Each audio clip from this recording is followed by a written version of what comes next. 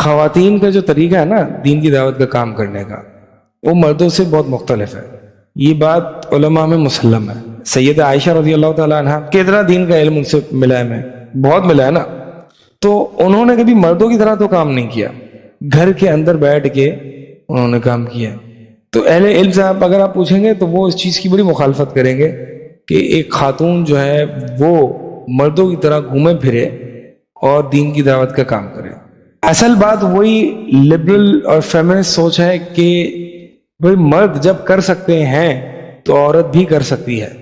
ٹھیک ہے، جہاں پر مرد کر سکتے ہیں اگر شریعت نے گنجائش دی ہے تو وہ عورت بھی کر سکتی ہے. مثال کے طور پر طلب علم ہے، علم حاصل کرنا، اس پہ شریعت نے کوئی پابندی نہیں لگائی کہ مرد زیادہ حاصل کرے گا اور عورت کم حاصل کرے گی. ایسا ہے نہیں، کوئی پابندی نہیں ہے. لیکن اس کو ڈیلیور کرنے پر شریعت نے اس کو ڈفرینشیٹ کیا ہے. عورت اس طرح سے کام نہیں کرے گی جس طرح سے مرد کام کرے گی. تو میری نظر سے کچھ پوسٹر گزرے جس میں ایسی خواتین بنی ہوئی ہیں جس طرح سے مردوں کا ہوتا ہے، اور یہ انتہائی افسوسناک چیز ہے کہ یہ تو مردوں کا طریقہ کار ہے. اب ایسے پوسٹر بنا دینا جس میں فیمیل سپیکرز کو تصویروں کے ساتھ لگا دینا اور پھر اس طریقے سے کرنا کہ جس طریقے سے مردوں میں کام ہوتا ہے، تو یہ طریقہ جو ہے وہ میں پہلے بھی بتا چکا ہوں یہ مناسب نہیں ہے. اس کی اہل علم مخالفت کریں گے.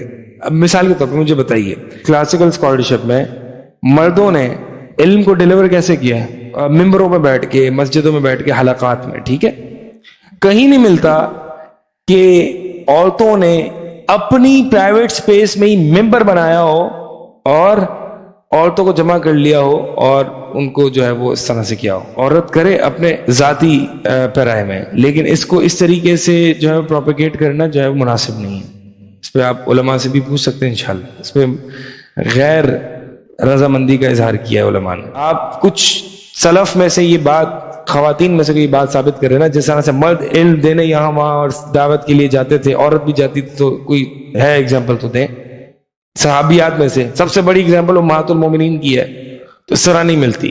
صحابہ آتے تھے، عائشہ رضی اللہ تعالیٰ عنہا سے علم حاصل کرتے تھے پردے کے پیچھے سے اور چلے جاتے تھے. تو یہ جو ہے طریقہ صحیح نہیں ہے. اور اس سے بھی بدتر صورتحال آج کل یہ بھی ہو گئی ہے کہ عورت سپیکر ہے اور مرد آڈینس میں ہے.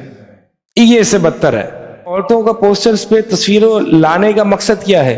میں ہمیشہ یہ کہتا ہوں کہ عورتوں نے پردے میں اپنے آپ کو چھپانا ہے، عورتوں نے پردے میں اپنے آپ کو دکھانا نہیں ہے. پردے کا حکم کس لیے آیا تھا؟ حجاب کا، چھپانے کے لیے نا اپنے آپ کو. پردے میں اپنے آپ کو دکھانے کے لیے تو نہیں آیا تھا.